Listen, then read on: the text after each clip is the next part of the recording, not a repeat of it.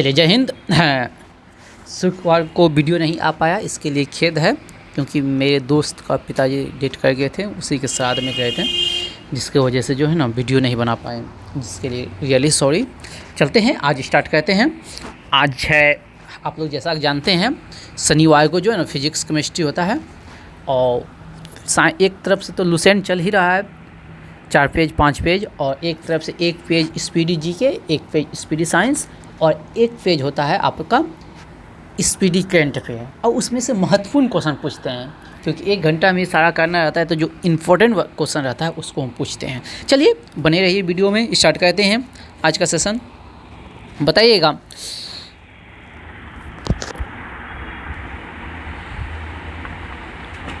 टोडा जो है ना, टोडा जनजाति कहाँ का है? टोडा तमिलनाडु। कहाँ का है? तमिलनाडु। एकदम राइट आंसर है। बताइएगा,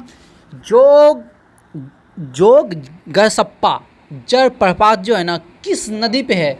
शरावती नदी पे है। महात्मा गांधी जलप्रपात बोलिए या जोग गसप्पा जलप्रपात बोलिए, किस नदी पे है? शरावती नदी पे। कौन सी नदी पे है? शरावती नदी पे। बताइएगा, पृथ्वी के अगल बगल के ग्रह किसे कहते हैं? मंगल और शुक्र को पृथ्वी के पड़ोसी ग्रह। बताइएगा, भारत में ईस्ट इंडिया कंपनी का पहला गवर्नर कौन था? Robert Clive.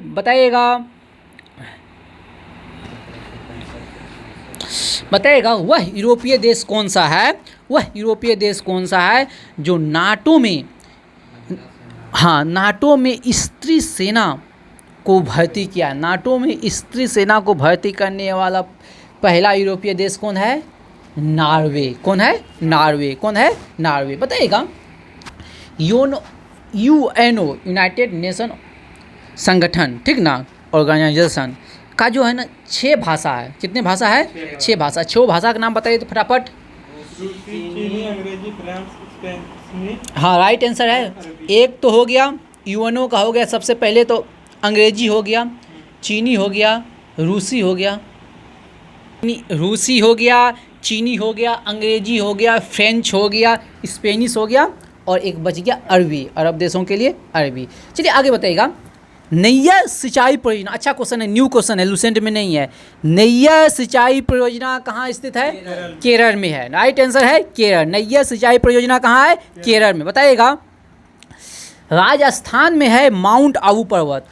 राजस्थान के माउंट आबू पर्वत है, जिस पे मंदिर है दिलवाड़ा का, दिलवाड़ा का मंदिर है। तो बताइएगा, आप लोग क्वेश्चन है, दिलवाड़ा का जो मंदिर है किस धर्म के लिए फेमस है? जैन धर्म के लिए।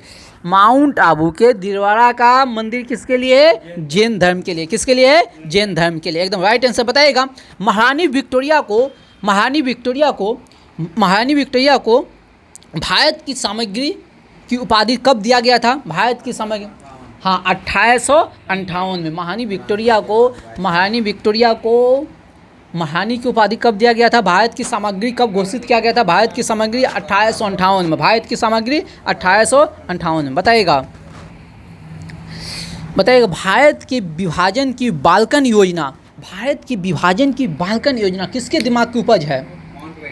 लॉर्ड माउंटबेटन के दिमाग की उपज है। बताइएगा, भारतीय राष्ट्रीय कांग्रेस के प्रथम अध्यक्ष, WC बनर्जी। कौन है? WC बनर्जी। बताइएगा, जहाज की गति को मापा जाता है किसमें? नॉटिकल मील में। किलोमीटर हो गया, ऐसे नॉट लिखल है। जहाज की गति अभिव्यक्त किया जाता है नॉट से। कौन चीज़ से? नॉट से। और समुद्री दूरी मापते हैं नॉटिकल मील से। 1 नॉटिकल मील बराबर होता है 1.852 किलोमीटर। चलते हैं, स्टार्ट करते हैं। बताइएगा, फेसबुक का संस्थापक कौन है? Mark Zuckerberg. बताइएगा, विद्युत धारा मापा जाता है किससे? एमीटर। विद्युत धारा मापा जाता है एमीटर से। बताइएगा, साइड मिरर के रूप में किस दर्पण का इस्तेमाल करते हैं? उत्तर दर्पण। साइड मिरर के रूप में उत्तर दर्पण। बताइएगा, आवृत्ति की इकाई क्या है? हर्ट्ज। आवृत्ति की इकाई है हर्ट्ज। बताइएगा, गौतम बुद्ध ने प्रथम उपदेश कहाँ दिया था? ऐसे ही क्वेश्चन है, सारनाथ में। कहाँ दिया था? सारनाथ में। बताइएगा, जोजिला पास कहाँ है? जम्मू कश्मीर में। बताइएगा, नर्मदा बचाओ आंदोलन का नेता मेघा पाटेकर, राइट आंसर है मेघा पाटेकर। बताइएगा एलटीटीई का संबंध किस देश से है?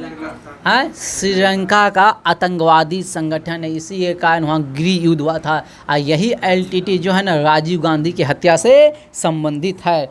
बताइएगा, चलिए बताइएगा आप लोग, मूलकण बोसोन का नाम किसके नाम पर रखा गया है? हाँ, भारतीय वैज्ञानिक जगदीश चंद्र बोस के नाम पे बोसोन कण रखा गया था। लगभग 1964 में बोसोन थ्योरी दिया था, 1964 में। बताइएगा आप लोग, हिमालय का भारत के अंतर्गत सबसे ऊंचा शिखर कंचनजंगा। कौन होगा? कंचनजंगा। बताइएगा वन जीव संरक्षण अधिनियम कब लागू किया गया? 1972 में। कब? 1972 में। बताइएगा खालसा पंथ की स्थापना कब हुआ था? 1699। खालसा पंथ 1699 आनंदपुर साहिब में। किसने? गुरु नानक देव।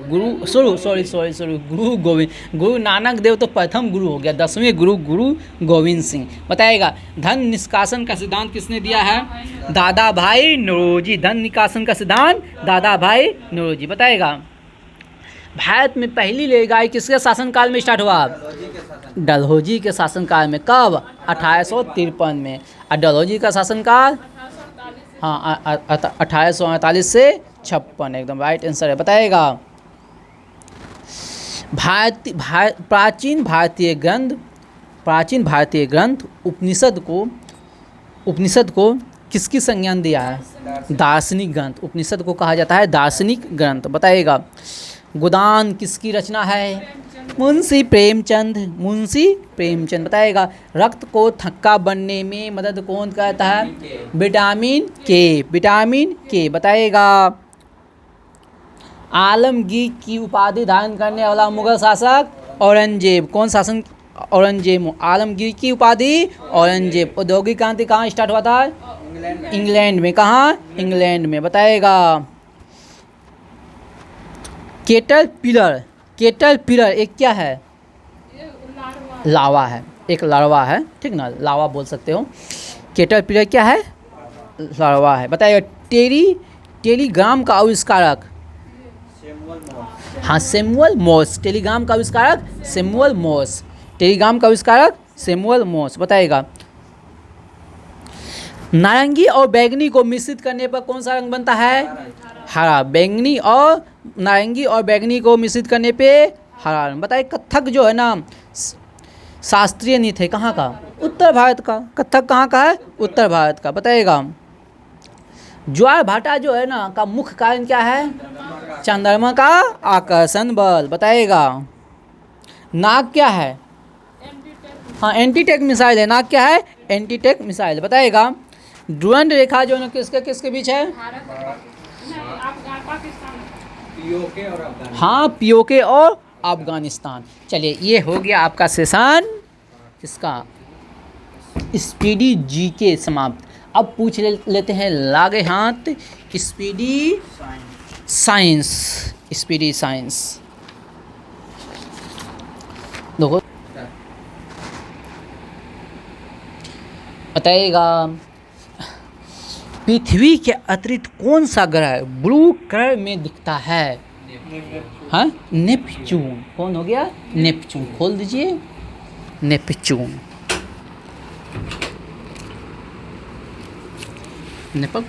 बताइएगा वनस्पति तेल का घी में परिवर्तन होता है, इस अभिक्रिया को क्या कहते हैं? हाइड्रोजनीकरण। वनस्पति तेल का वनस्पति घी में बदलना कौन सी अभिक्रिया? हाइड्रोजनीकरण।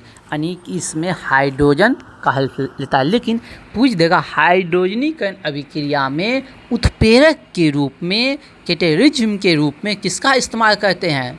निकेल का। किसका? निकेल का। बहुत ही फेमस क्वेश्चन है। यहाँ भी चलिए अगला क्वेश्चन है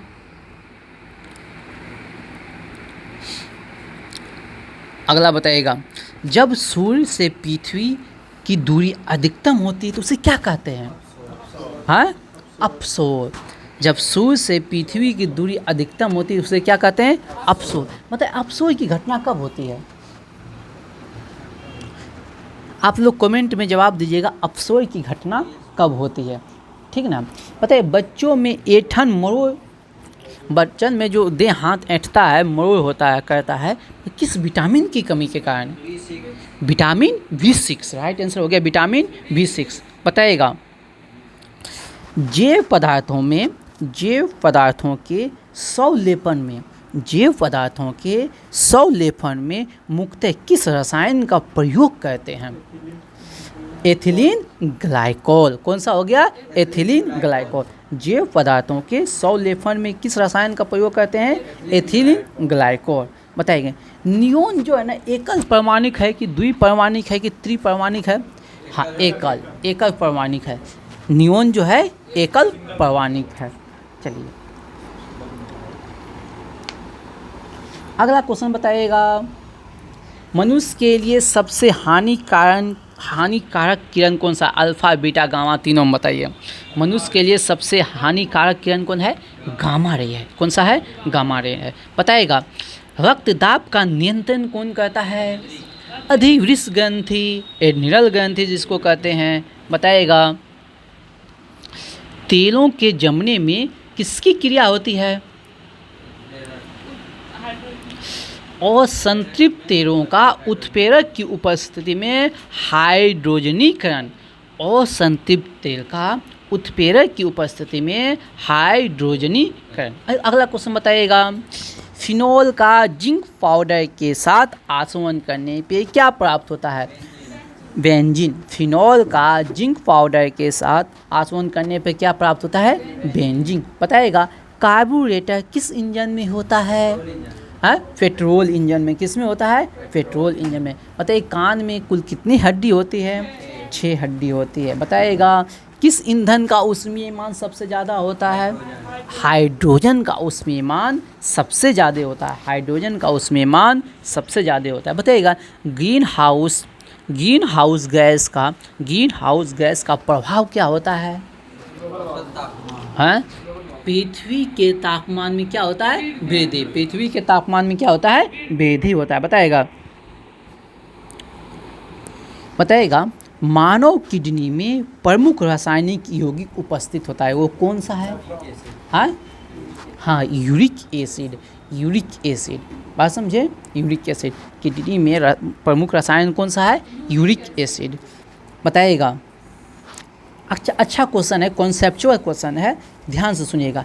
यदि पृथ्वी का अक्ष आनत नहीं होता, यदि पृथ्वी का अक्ष आनत नहीं होता तो क्या होता? अगर पृथ्वी का अक्ष आनत नहीं होता तो क्या? हाँ, तो क्या होता? उस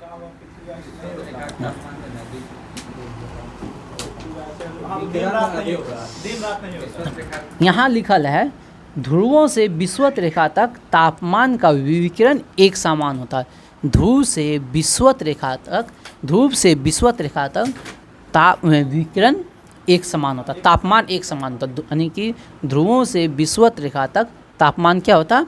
एक समान होता है। बताइएगा, शॉर्ट सर्किट की स्थिति में ट्रांसफार्मर की दक्षता कितनी होती है? शून्य, एकदम जीरो। कितनी होती है? एकदम जीरो। बताइएगा, फ्लक्स की इकाई क्या है? वेबर। फ्लक्स की इकाई क्या है? वेबर। क्या है? वेबर। बताइएगा, एकदम ये क्वेश्चन बहुत ही इम्पोर्टेंट है। विद्युत शक्ति परिपथ में डायोड मुख्यतः किस रूप में प्रयुक्त होता है? हाँ, दृष्टकारी के रूप में। किस रूप में? दृष्टकारी के रूप में। विद्युत शक्ति परिपथ में डायोड मुख्यतः किस रूप में प्रयुक्त होता है? दृष्टकारी के रूप में होता है। बताइएगा, विभवांतर, धारा और प्रतिरोध को मापने का एक सर्वाधिक उपयोगी उपकरण कौन सा है? मल्टीमीटर। नामे है, विभवांतर भी माप रहा है, धारा भी माप रहा है, प्रतिरोध भी सब नाप रहा है, तो उसका नाम हो जाएगा मल्टीमीटर। बताइएगा,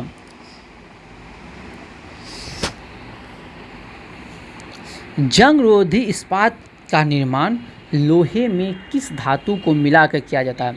निकेल। जंगरोधी इस्पात बनाने के लोहा में किसका मिलाते हैं? निकेल। क्या मिलाते हैं? निकेल। बताइएगा प्राकृतिक विलयन का पीएच मान कितना होगा?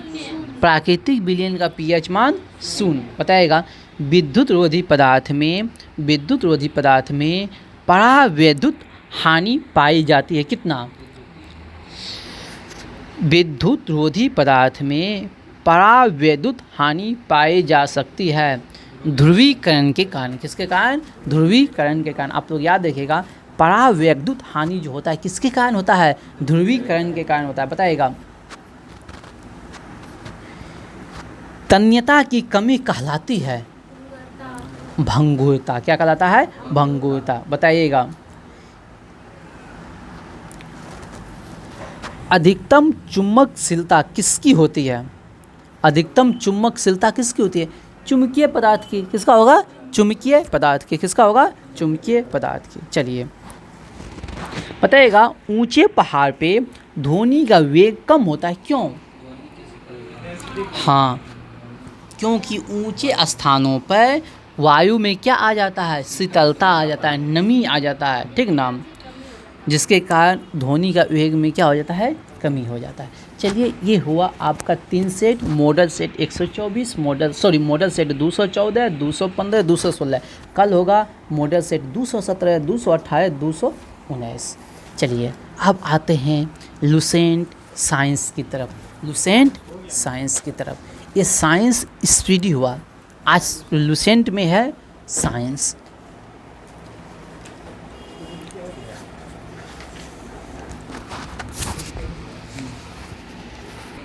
हम कुर्सी काहे बाहर निकाल दे फेंक दिए? चलिए स्टार्ट है। क्वेश्चन बताइएगा आप लोग ध्वनि कैसी तरंग है? अनुदैर्घ्य यांत्रिक तरंग है। ध्वनि अनुदैर्घ्य यांत्रिक तरंग है। एकदम राइट आंसर है। बताइएगा क्या अनुदैर्घ्य तरंग का ध्रुवण होता है? नहीं। राइट आंसर है नहीं। अनुदैर्घ्य तरंगों का ध्रुवण नहीं होता है। बताइएगा सभी विद्युत चुम्बकीय तरंग बनी होती है किसकी? सभी विद्युत चुम्बकीय तरंग बनी होती है किसकी? फोटोन की। किसकी बनी होती है? फोटोन की। सभी विद्युत चुम्बकीय तरंग बनी होती है फोटोन की। नेक्स्ट क्वेश्चन की ओर बढ़िए। बताइएगा विद्युत चुम्बकीय तरंग का तरंगदैर्घ्य कितना से कितना के बीच होता है? हाँ, विद्युत चुम्बकीय तरंग का तरंगदैर्घ्य होता है 10⁻⁻14 से 10⁻⁻4 मीटर। -4 मीटर तक। विद्युत चुम्बकीय तरंगदैर्घ्य का पैसा होता है 10⁻⁻14 मीटर से 10⁻4 मीटर तक। चलिए आगे बढ़ते हैं। आगे बताइएगा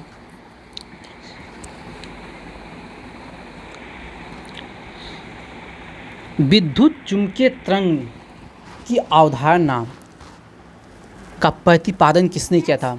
मैक्सवेल। विद्युत चुम्बकीय तरंग का अवधारणा किसने पेश किया था? मैक्सवेल। किसने पेश किया था? मैक्सवेल। बताइएगा वो 6 तरंग बताइए विद्युत चुम्बकीय तरंग नहीं है, वो तरंग बताइए 6 गो जो कि विद्युत चुम्बकीय नहीं है, विद्युत चुम्बकीय तरंग नहीं है। हाँ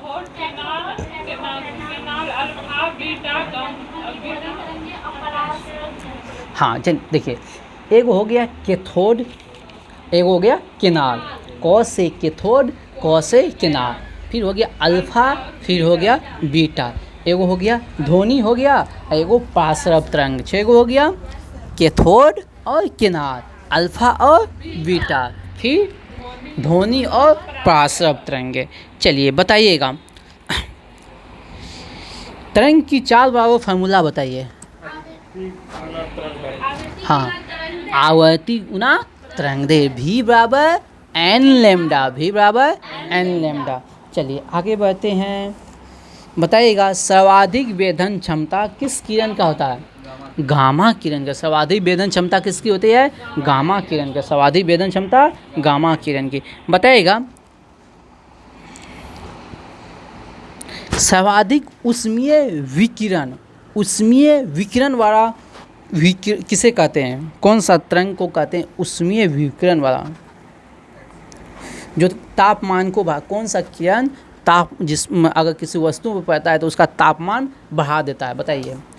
अवरक्त विकिरण। अवरक्त किरण क्या कहता है? जिस वस्तु पर पड़ेगा उसका तापमान क्या करेगा? बढ़ा देता है। उसका तापमान क्या कहता है? बढ़ा देता है। बताइएगा गामा किरण का नामकरण किसने किया था?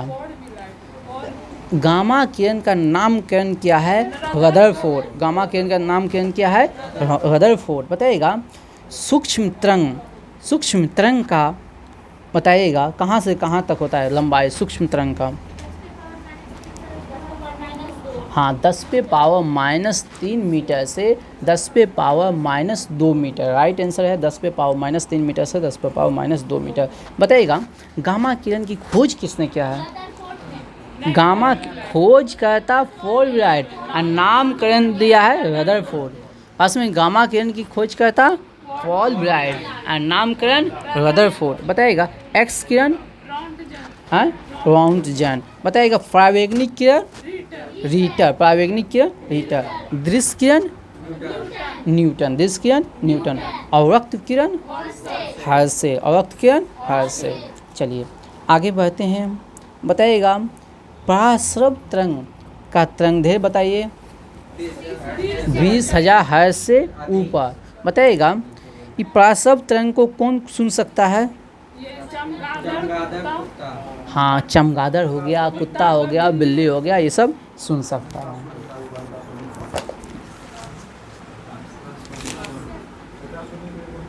बताइएगा पराश्रव तरंग का उपयोग बताइए तो कुछ। हाँ बताइए पराश्रव। हाँ संदेश भेजने में। हाँ देखो पराश्रव तरंग का तरंगदैर्घ्य ज़्यादा होता है तो ये बहुत दूर तक जाएगा, इसलिए संदेश भेजने में, समुद्र की गहराई में पता लगाने में, ठीक ना, जीवाणुओं को नष्ट करने में, ठीक ना। चलिए अगला क्वेश्चन बताइएगा किसी माध्यम में ध्वनि की चाल किस पर निर्भर करता है? हाँ माध्यम की प्रत्यास्थ और उसके घनत्व पे, ठीक ना। ध्वनि की चाल किस पे निर्भर करता है? प्रत्यास्थ और घनत्व पे। प्रत्यास्थ और घनत्व पे। बताइएगा वायु में ध्वनि की चाल कितना होता है? 332 मीटर प्रति सेकेंड। और बताइएगा जल में ध्वनि की चाल 1483 मीटर प्रति सेकेंड। और लोहे में ध्वनि की चाल कितना हो? हाँ 5130 मीटर प्रति सेकेंड। बताइएगा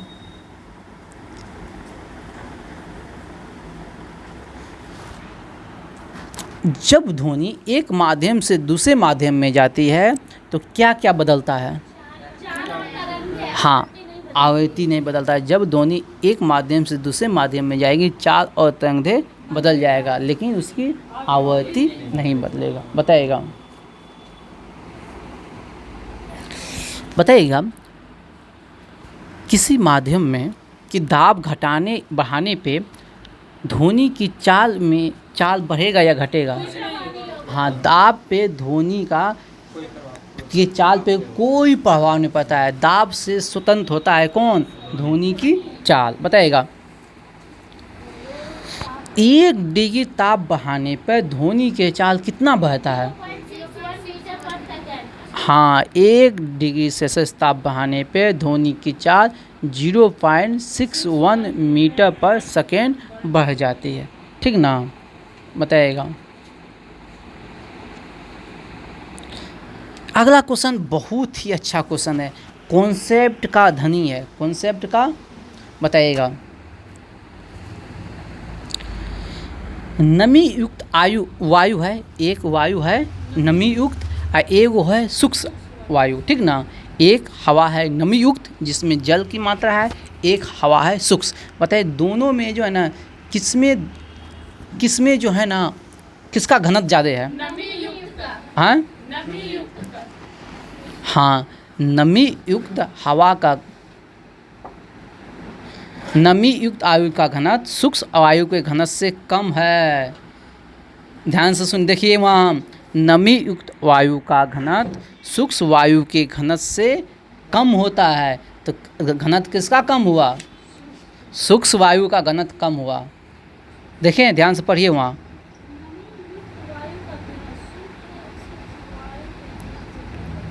लिखा लेना, लिखे नहीं यहाँ, नमी युक्त वायु का घनत्व सूक्ष्म वायु के घनत्व से कम होता है। अतः सूक्ष्म वायु की अपेक्षा नमी युक्त वायु में ध्वनि की चाल अधिक होती है। लिखा है ना, घनत्व होता है किसका कम? सूक्ष्म का, सॉरी नमी युक्त वायु का, ठीक ना। चलिए आगे बढ़िए, अगला बताइएगा, ध्वनि की प्रबलता, ध्वनि की प्रबलता का मात्रक क्या है? फोन है। ध्वनि की प्रबलता का मात्रक क्या है? फोन है। बताइएगा, ध्वनि का तारत्व किस पे निर्भर करता है? आवृत्ति पे। बताइएगा, नमी युक्त आयु और सूक्ष्म आयु में किसमें ध्वनि की चाल ज़्यादा होता है? नमी युक्त आयु में ध्वनि की चाल क्या होता है? अधिक होता है। ध्वनि की चाल अधिक किसमें होता है? नमी युक्त आयु में। इसीलिए जब बारिश वारिश होते रहेगा तो देखिएगा शोर जो है ना दूर तक सुनाई देगा। बात समझे? चलिए आगे बढ़ते हैं। अच्छा ये बताइए,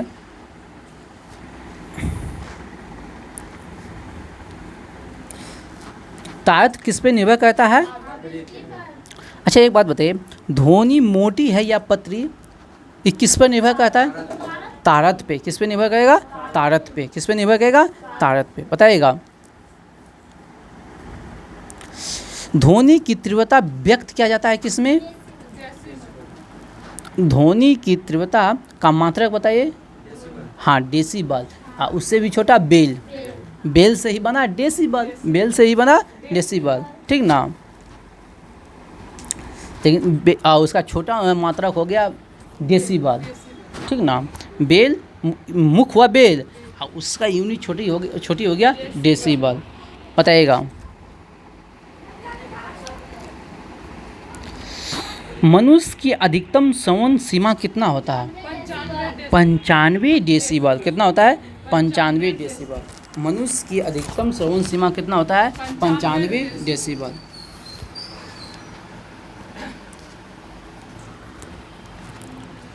बताइएगा, प्रतिध्वनि के लिए स्रोत और श्रोता के बीच की दूरी कितना? 17 मीटर। कितना होगा? 17 मीटर। हाँ 17 मीटर लगभग। बताइए, क्या परफेक्ट बोलिएगा तो 16 मीटर 16.6 मीटर, ठीक ना। बताइएगा, कान पे हमारे ध्वनि का प्रभाव कितने सेकंड रहता है? 1/10 सेकंड। कितने देर के लिए रहता है? 1/10 सेकंड। बताइएगा, अच्छा बताइए, किस घटना के कारण ध्वनि रात में जो है ना ज़्यादा दूर तक सुनाई देता है? अपवर्तन के कारण। ध्वनि के अपवर्तन के कारण। ध्वनि के अपवर्तन के कारण। बताइएगा,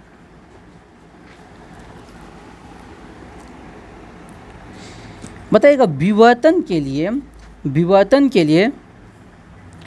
ध्वनि का तरंगदैर्घ्य कितने कोटि का होना चाहिए? ध्वनि का विवर्तन की घटना के लिए ध्वनि का तरंगदैर्घ्य कितने कोटि का होना चाहिए? 1 मीटर की कोटि का। कितना? 1 मीटर की कोटि का। विवर्तन, ध्वनि का विवर्तन के लिए ध्वनि का तरंगदैर्घ्य कितना होना चाहिए? 1 मीटर की कोटि का, ठीक ना। ध्वनि का विवर्तन का, जब ध्वनि किसी सतह से टकराया जिसकी उसका जो तरंगदैर्घ्य होना चाहिए कितना होना चाहिए? 1 कोटि का। तो 1 मीटर, तो वो क्या होगा? टकरा के उसका मुँह के जो है ना बगल से निकल जाएगा। तो इस घटना को ही क्या कहते हैं? ध्वनि का विवर्तन। जैसे हम यहाँ से बोले तो खिड़की से टकरा के बगल से निकल गया, तो इस घटना को क्या कहेंगे? ध्वनि का विवर्तन।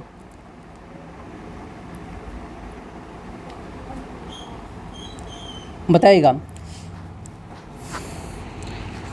पराध्वनिक जो है ना किसे कहते हैं?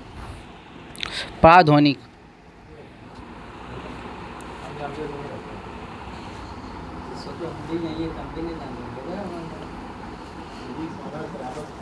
पता है प्राध्वनिक का, यदि देखो, यदि जिस ध्वनि की मेक संख्या एक से अधिक हो, ध्वनि की मेक संख्या एक से अधिक हो, उसे कहते हैं हम प्राध्वनिक। एक मेक संख्या वाले को क्या कहते हैं? प्राध्वनिक। और सुपरसोनिक, प्राध्वनिक मतलब सुपरसोनिक, ठीक ना। अति प्राध्वनिक मतलब हाइपरसोनिक। हाइपरसोनिक बताइए कितने मेक संख्या से? हाँ, 5 से अधिक होगा तो हाइपरसोनिक, 5 से अधिक हो गया तो हाइपरसोनिक, बताइएगा। चलिए अब आइए ऊष्मा में। किसी वस्तु का में निहित ऊष्मा किस पे निर्भर करता है? द्रव्यमान पे। किस पे निर्भर करता है? द्रव्यमान पे।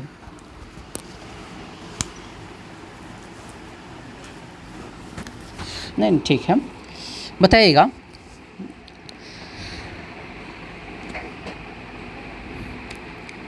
ऊष्मा की मात्रा बताइए। हाँ, ऊष्मा का सिर्फ बोले, जूल ना, जूल बताइएगा। बताइएगा 1 किलो कैलोरी बराबर कितना जूल? 1 किलो कैलोरी बराबर कितना जूल? हम 1 किलो बोल दिए हैं, 4186 जूल। 1 कैलोरी बराबर 4186 जूल, ठीक ना। बात समझे कि नहीं? बताइएगा ऊष्मा का मात्रा क्या होगा? जूल। बताइएगा कैलोरी किसे कहते हैं? 1 ग्राम जल का ताप 1 डिग्री सेल्सियस बढ़ाने के लिए उसमें जो ऊष्मा की जरूरत पड़ती है। हाँ, 1 ग्राम जल का तापमान 1 डिग्री सेल्सियस बढ़ाने के लिए जो ऊष्मा की आवश्यकता होती है उसे क्या कहते हैं? कैलोरी कहते हैं। उसे क्या कहते हैं? कैलोरी कहते हैं। चलिए बताइएगा परम शून्य तापमान कितना डिग्री? हाँ, -273.15 डिग्री सेल्सियस। अच्छा बताइएगा पारा कितना डिग्री पे जमता है? -39 डिग्री पे पारा जमता है। बताइएगा अल्कोहल कितना पे जमता है? -115 डिग्री पे जमता है। बताइएगा पारा थर्मामीटर का आविष्कार किसने किया है? फ़ारेनहाइट। कौन क्या? फ़ारेनहाइट। कौन क्या है? फ़ारेनहाइट। कौन क्या है? फ़ारेनहाइट। बताइएगा पूर्ण विकिरण तापमापी जिसको कहते हैं पायरोमीटर। पूर्ण विकिरण तापमापी को क्या कहते हैं? पायरोमीटर। पायरोमीटर न्यूनतम कितना डिग्री सेल्सियस के तापमान को माप सकता है? न्यूनतम 800। 800 से नीचे के तापमान को माप नहीं सकता है। कौन? हाँ, पूर्ण विकिरण तापमापी 800 से नीचे को माप नहीं सकता है। बताइएगा विशिष्ट ऊष्मा का SI मात्रक क्या है? जूल पर केजी पर। हाँ, ताली बजा दीजिए। जूल प्रति केजी पर केल्विन। जूल प्रति केजी पर केल्विन। चलिए बताइएगा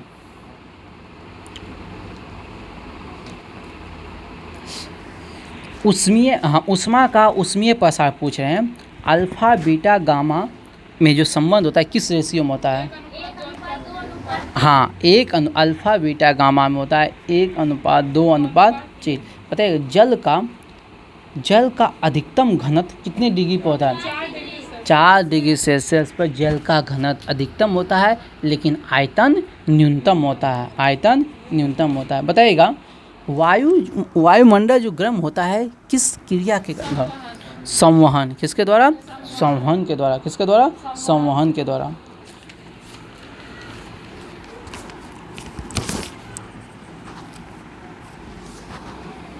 बताइए शीतलन का नियम किसने दिया है? शीतलन का नियम किसने दिया है?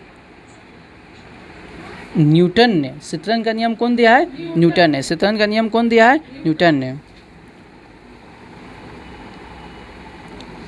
बताइएगा अच्छे अवशोषक ही अच्छे उत्सर्जक होते हैं। अच्छे अवशोषक ही अच्छे उत्सर्जक होते हैं। यह नियम किसने दिया है? किर्चहॉफ ने, किसने दिया है? किर्चहॉफ ने, जिसे कहते हैं किर्चहॉफ का नियम, ठीक ना, इंग्लिश में कहते हैं किर्चहॉफ का नियम, ठीक ना। अच्छे अवशोषक ही अच्छे उत्सर्जक हैं, ठीक ना। बताइएगा ई समानुपाती टी पे पावर 4। ई क्या है? उत्सर्जन क्षमता। ई क्या है? उत्सर्जन क्षमता। टी क्या है? परम तापमान। टी क्या है? परम तापमान। तो उत्सर्जन क्षमता जो समानुपाती है टी पे पावर 4 का। तो ये बताइएगा यह नियम किसने दिया है? स्टीफन का नियम, इसे कहते हैं हम स्टीफन का नियम। बताइएगा जब पदार्थ एक अवस्था से दूसरे अवस्था में बदलती है तो उसका तापमान बढ़ता है या घटता है? नियत रहता है, न बढ़ता है न घटता है, क्या रहता है? नियत रहता है। बताइए अशुद्धि मिलाने पे गलनांक क्या होता है? घट जाता है। अशुद्धि मिलाने पे गलनांक क्या होता है? घट जाता है, ठीक ना। चलिए वाष्प का द्रव में बदलना क्या कहलाता है? संघनन। क्या कहलाता है? संघनन। वाष्प का द्रव में बदलना क्या कहलाता है? संघनन कहता है।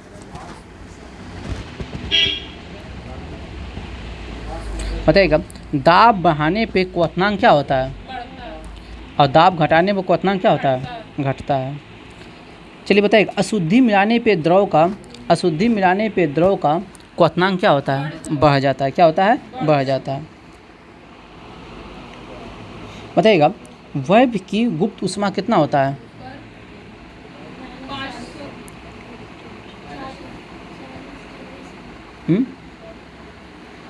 80 कैलोरी पर ग्राम। 80 कैलोरी पर ग्राम। बताइएगा जल की वाष्पन की गुप्त ऊष्मा कितना होती है? 540 कैलोरी पर ग्राम। 540 कैलोरी पर ग्राम। बताइएगा गुप्त ऊष्मा का एसआई मात्रक क्या होता है? जूल प्रति किलोग्राम। जूल प्रति किलोग्राम। बताइएगा ध्यान से सुनिएगा 0 डिग्री सेल्सियस पे, यहाँ कॉन्सेप्ट है, ध्यान सुनिए। 0 डिग्री सेल्सियस पे बर्फ में कुछ नमक, 0 डिग्री सेल्सियस पे बर्फ में कुछ नमक कुछ सोडा मिला देने पे बर्फ का गलनांक घट के कितना हो जाता है? -22 डिग्री। यानी कि जैसे बर्फ़ में अशुद्धि मिलाएंगे नमक वगैरह तो उसका टेम्परेचर क्या हो जाएगा? गलनांक कम हो जाएगा, -22 डिग्री पर गलेगा। पहले वो 0 डिग्री पर गल रहा था, अब गलेगा कितना पे? -22 डिग्री। इसीलिए मतलब आइसक्रीम वगैरह में क्या मिलाया जाता है? नमक। देखिएगा हल्का नमकीन रहता है, बात समझे। इसको कहते हैं हम हिम मिश्रण या फ्रीजिंग मिक्सचर कहते हैं, बात समझे कि ना। यानी कि बर्फ़ के यहाँ से क्वेश्चन कॉन्सेप्चुअल पूछेगा बर्फ़ का गलनांक कम करने के लिए क्या कहते हैं? उसमें अशुद्धि के रूप में नमक का मिश्रण मिला देते हैं, बात समझे कि नहीं। तो उसका गलनांक क्या हो जाएगा? कम। गलनांक कम होने से तात्पर्य है जो 0 डिग्री पर गल जाता बर्फ़ अब वही गलेगा कितना? -22 डिग्री पे। चलिए आगे बढ़ते हैं।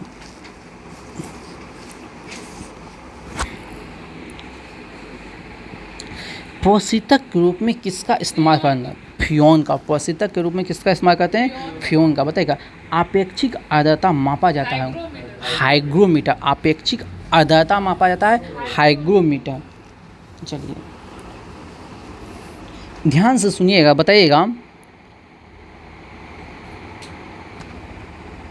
ना तो बाहरी माध्यम से ऊष्मा दे न ही बाहरी माध्यम से ऊष्मा ले। न किसी माध्यम से ऊष्मा देगा न किसी माध्यम से ऊष्मा लेगा। ऐसे प्रक्रम को क्या कहते हैं? न किसी माध्यम से ऊष्मा लेगा न किसी माध्यम से ऊष्मा न देगा न लेगा, ठीक ना। तो ऐसे प्रक्रम को क्या कहते हैं? रुद्धोष्म प्रक्रम। क्या कहते हैं? रुद्धोष्म प्रक्रम। इसमें ऊष्मा की हानि क्या होगा? 0 होगा, ठीक ना। यदि किसी निकाय में कोई परिवर्तन इस प्रकार हो कि पूरी क्रिया के दौरान न तो ऊष्मा किसी माध्यम को दे और न ही किसी माध्यम से ऊष्मा ले, ऐसे प्रक्रम को क्या कहेंगे हम? रुद्धोष्म प्रक्रम। क्या कहेंगे? रुद्धोष्म प्रक्रम। चलिए अगला क्वेश्चन है, अब आ जाते हैं प्रकाश में। बताइएगा प्रकाश एक प्रकार की क्या है? ऊर्जा है। प्रकाश एक प्रकार की क्या है? ऊर्जा है। बताइएगा प्रकाश का तरंग दैर्घ्य कितना होता है? 3900 एंगस्ट्रॉम से हाँ 3900 एंगस्ट्रॉन से 7800 एंगस्ट्रॉन। बताइएगा प्रकाश की कणिका मॉडल को किसने हाँ दकार्ते ने किसने प्रस्तुत किया है? दकार्ते ने। प्रकाश के कणिका मॉडल को दकार्ते ने। बताइएगा प्रकाश के तरंग सिद्धांत को किसने दिया है? प्रकाश के तरंग सिद्धांत को किसने दिया है? क्रिश्चियन हाइगेंस ने। क्रिश्चियन हाइगेंस ने। बताइएगा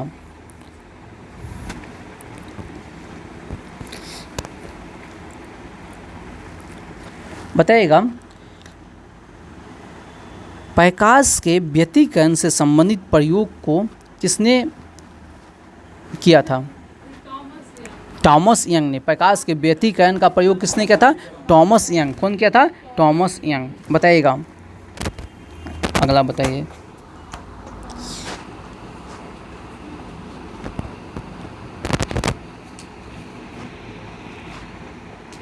बताइएगा कौन सा प्रयोग प्रकाश का ध्रुवण सिद्ध करता है? कौन सा प्रयोग प्रकाश का ध्रुवण सिद्धांत को सिद्ध करता है? प्रकाश तरंग अनुप्रस्थ है। प्रकाश तरंगे क्या है? अनुप्रस्थ। ध्वनि तरंगे क्या है? अनुदैर्घ्य।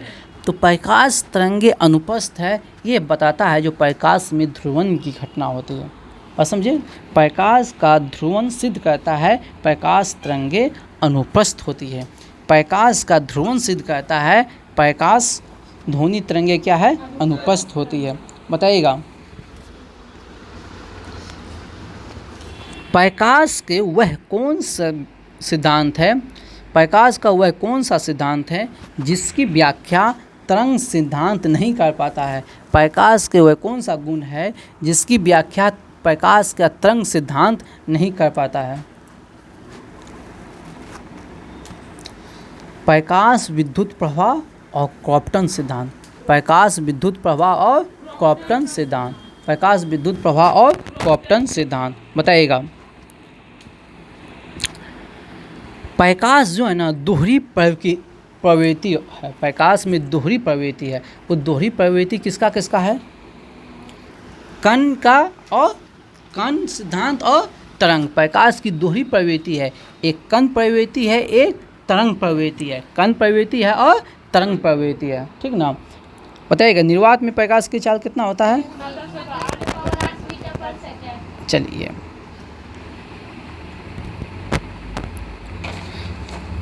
बताइएगा किसका प्रकीर्णन सबसे अधिक होता है? किस प्रकाश का रंग का प्रकीर्णन सबसे अधिक होता है? बैगनी का प्रकीर्णन सबसे अधिक होता है। बैगनी का प्रकीर्णन सबसे अधिक है। अब बैगनी का तरंगदैर्घ्य सबसे कम होता है। बताइएगा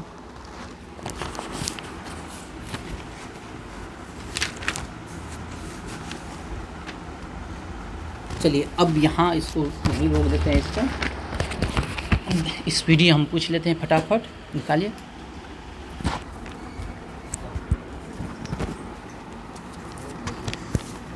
बताइएगा करंट अफेयर है 30 मई से 5 जून। 30 मई से 5 जून। बताइएगा आजीवन सीखने के अवसर पैदा करने पर भारत और कौन सा देश सहमत हुए हैं? हाँ आजीवन सीखने के अवसर पैदा करने के लिए भारत और सिंगापुर क्या हुए? सहमत हुए हैं। ठीक ना। बताइएगा विश्व तंबाकू निषेध दिवस कब मनाया गया? 31 मई। राइट आंसर हो गया 31 मई। विश्व तंबाकू निषेध दिवस 31 मई। और इसका बताइए थीम क्या था? हाँ हमें भोजन चाहिए, तंबाकू नहीं। विश्व तंबाकू निषेध दिवस 31 मई। हमें तंबाकू चाहिए, भोजन नहीं। बताइएगा हाँ हमें भोजन चाहिए, तंबाकू नहीं। हमें भोजन चाहिए, तंबाकू नहीं। नहीं तंबाकू कैसे चाहिए, हमें भोजन चाहिए। बताइएगा लिंग समावेशी पर्यटन नीति को मंजूरी दिया है? कौन दिया है? महाराष्ट्र। लिंग समावेशी पर्यटन नीति को मंजूरी दिया है महाराष्ट्र सरकार ने। बताइएगा किस राज्य सरकार ने सभी जिलों में नशा मुक्ति केंद्र खोलने की घोषणा किया है? तेलंगाना। किस राज्य सरकार ने सभी जिलों में नशा मुक्ति केंद्र खोलने की घोषणा किया है? तेलंगाना। तेलंगाना। कौन? तेलंगाना। बताइएगा अंतर्राष्ट्रीय नागरिक उड्डयन संगठन, अंतर्राष्ट्रीय नागरिक उड्डयन संगठन किसे भारत का प्रतिनिधि नियुक्त किया है? हाँ, अंशुमाली रस्तोगी। अंतर्राष्ट्रीय नागरिक उड्डयन संगठन, अंतर्राष्ट्रीय नागरिक उड्डयन संगठन में भारत का प्रतिनिधि कौन होगा? अंशुमाली रस्तोगी, अंशुमाली रस्तोगी, अंशुमाली रस्तोगी। बताइएगा चीन जो है ना इंसान को चांद पे भेजने की योजना कब तक बनाया है? हाँ, 2030 तक चीन जो है ना इंसान को कहाँ भेजेगा? चांद पे। ठीक है, 2030 तक चांद पे इंसान को भेजने की घोषणा किया है कौन? चीन। बताइएगा स्वास्थ्य चेतावनी, बताइएगा सीक्रेट पे स्वास्थ्य चेतावनी लिखने वाला पहला देश कौन सा बन गया? कनाडा। सीक्रेट पे स्वास्थ्य चेतावनी लिखने वाला पहला देश कौन बन गया? तंबाकू पे तो हम लोग पहले ही से लिख रहे हैं, ठीक ना। बताइएगा पर्वतारोहण का कोर्स पूरा करने वाली पहली महिला एनसीसी कैडेट कौन बनी? शालिनी सिंह। पर्वतारोहण का कोर्स पूरा करने वाली पहली महिला एनसीसी कैडेट कौन बनी? शालिनी सिंह, शालिनी सिंह। बताइएगा 100 वंदे भारत ट्रेन बनाएगा कौन सा देश भारत के साथ मिलकर? फ्रांस। 100 वंदे ट्रेन बनाने के लिए भारत ने समझौता किया किसके साथ? फ्रांस के साथ। एल्स्टॉम कंपनी, फ्रांस की एल्स्टॉम कंपनी, एल्स्टॉम कंपनी। बताइएगा स्वच्छता अभियान के लिए किसे स्माइल एम्बेसडर नामित किया है? स्वच्छता अभियान के लिए किसे स्माइल एम्बेसडर नामित किया है? सचिन तेंदुलकर। आईसीसी के वर्ल्ड कप का ग्लोबल एम्बेसडर बनाया है सचिन तेंदुलकर को, ठीक नाम। पता है किसने ड्रोन के माध्यम से दवा वितरण का सफल परीक्षण किया? दुबई। ड्रोन के माध्यम से दवा वितरण का सफल परीक्षण किया दुबई। अब भारत में भी कोई राज्य जो है ना ड्रोन से जो है ना दवा वितरण के लिए है? तेलंगाना, तेलंगाना। बताइएगा Phukot Karnali, Phukot Karnali hydro electric project, Phukot Karnali hydro electric project के लिए भारत ने किस देश के साथ समझौता किया है? नेपाल। MOU लिखा रहेगा ना तो याद रखिएगा समझौता हुआ, उसका मतलब क्या हुआ? दोनों देश क्या क्या है? समझौता क्या है? Phukot Karnali hydro electric project, याद रखिएगा प्रोजेक्ट का नाम Phukot Karnali hydro electric project, Phukot Karnali hydro electric project के साथ। किसके साथ? नेपाल के साथ। बताइएगा दुनिया का पहला 3D प्रिंटेड हिंदू मंदिर कहाँ बन रहा है? तेलंगाना में। दुनिया का पहला 3D प्रिंटेड हिंदू मंदिर कहाँ बन रहा है? तेलंगाना में। बताइएगा किस IIT ने पेट्रोलियम इंजीनियरिंग के लिए HCL टेक के साथ समझौता किया? किस IIT ने पेट्रोलियम इंजीनियरिंग के लिए HCL टेक के साथ समझौता किया? IIT खड़गपुर के साथ, IIT खड़गपुर के साथ। बताइएगा वैकाशी विशाकम वैकाशी विशाकम महोत्सव कहाँ मनाया गया? तमिलनाडु में। वैकाशी विशाकम वैकाशी विशाकम महोत्सव कहाँ मनाया गया? तमिलनाडु में। भगवान किसका है? मुरुगन का, भगवान मुरुगन का को प्रसन्न करने के लिए। बताइएगा